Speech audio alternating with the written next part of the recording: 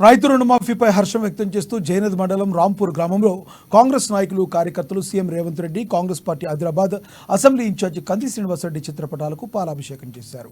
గత ఎన్నికల్లో ఇచ్చిన మాట ప్రకారం సీఎం రేవంత్ రెడ్డి నేతృత్వంలో కాంగ్రెస్ ప్రభుత్వం 6 గ్యారంటీల్లో ఒకటైన రైతు రుణమాఫీ పథకాన్ని ఈ రోజు నుండి అమలు చేయడం ఎంతో సంతోషంగా ఉందన్నారు.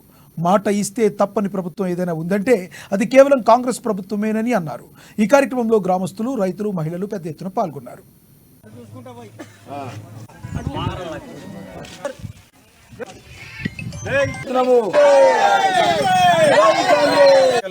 మేనిఫెస్టోలో ఇచ్చిన భాగంగా 6 గ్యారెంటీలో ప్రధానమైనటువంటిది 2 లక్షల రైతు రుణమాఫీ.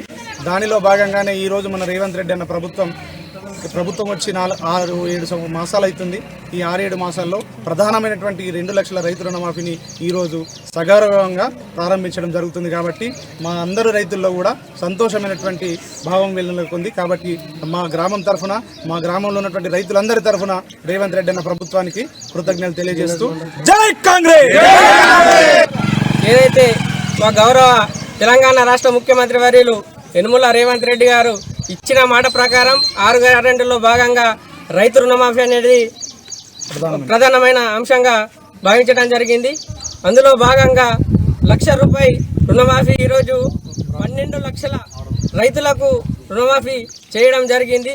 దేశంలో అప్పుడు 2004లో డాక్టర్ వైఎస్ రాజశేఖర రెడ్డి గారు ఏదైతే రుణమాఫీ చేసి రైతులను ఆకట్టుకున్నారో అదేవిధంగా గౌరవ రేవంత్ రెడ్డి గారు రైతుల పక్షాన ఈరోజు నిలబడడం జరిగింది.